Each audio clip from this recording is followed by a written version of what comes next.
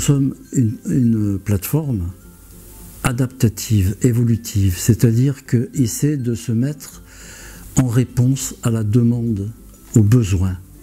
Et les années qui viennent de s'écouler nous ont montré que, effectivement, ces enfants différents avaient besoin d'un lieu d'accueil, d'un lieu d'implication, d'un lieu de répit, d'un lieu de remotivation, mais qu'ils avaient aussi besoin de structures adaptées à leur singularité. Nous proposions la relaxation, la musique, Montessori, et nous avons eu la chance d'être retenus dans des ateliers un peu innovants, qui vont dans l'axe de la parentalité. Voilà. Comme notre intention est de prendre l'enfant dans sa globalité comme un grand système, il ne suffit pas d'accompagner l'enfant dans sa difficulté, de la prendre comme on prend un taureau par les cornes, mais de contourner le symptôme, de l'apprivoiser, mais aussi d'accompagner la parentalité, c'est-à-dire les parents. Par ailleurs, l'atelier Montessori a été étayé par la présence d'un parent, pour apprendre aux parents que l'enfant a besoin de sa présence, mais pas de sa suppléance. C'est-à-dire que l'enfant se tourne vers lui, dit « Papa est là, donc je me sens en sécurité ».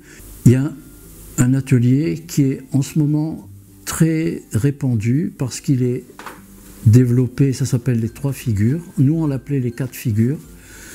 C'est Tisserand qui a mis ça au point, et dans les écoles maternelles, dans le Var, on fait les 3 figures, c'est-à-dire la figure du méchant, de l'agresseur, la figure du sauveteur et la figure de l'agresseur, de la victime. Ils prennent conscience de ce que c'est que d'être victime, puis ils prennent ce que c'est aussi de savoir ce que c'est que de porter assistance à l'autre. Donc ils découvrent l'empathie.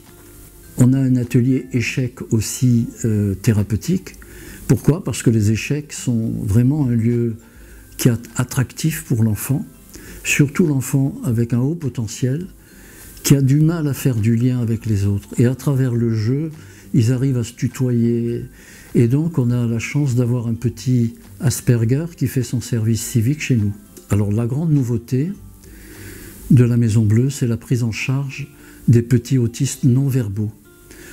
C'est-à-dire qu'il y a une éducatrice spécialisée qui prend en charge l'initiative en faisant la première heure d'atelier de verbalisation, de communication, et elle a la supervision d'une équipe de bénévoles qui sont formés au CRA à Marseille et par la Maison Bleue, et à ce moment-là, l'enfant est pris en charge par une 2e équipe, voire une 3e équipe. Nous étions très serrés au rez-de-chaussée, on était obligés de se marcher dessus, et monsieur le maire s'est rendu compte que l'étage étant inoccupé et impropre à recevoir une autre structure, nous a offert de l'occuper.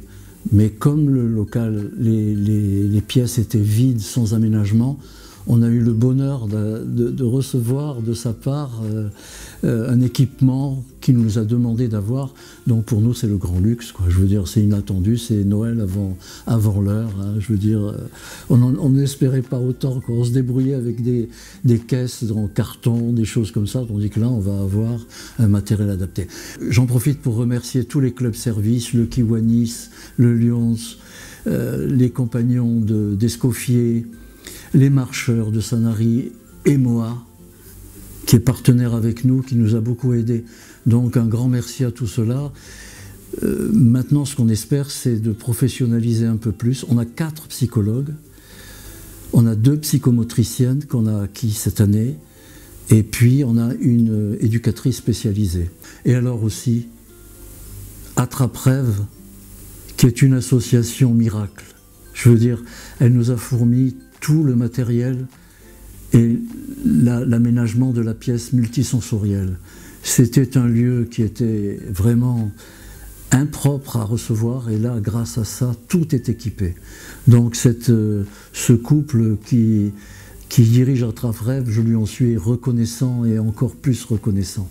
Et tous les enfants ici l'utilisent régulièrement et c'est d'un grand bénéfice. Voilà.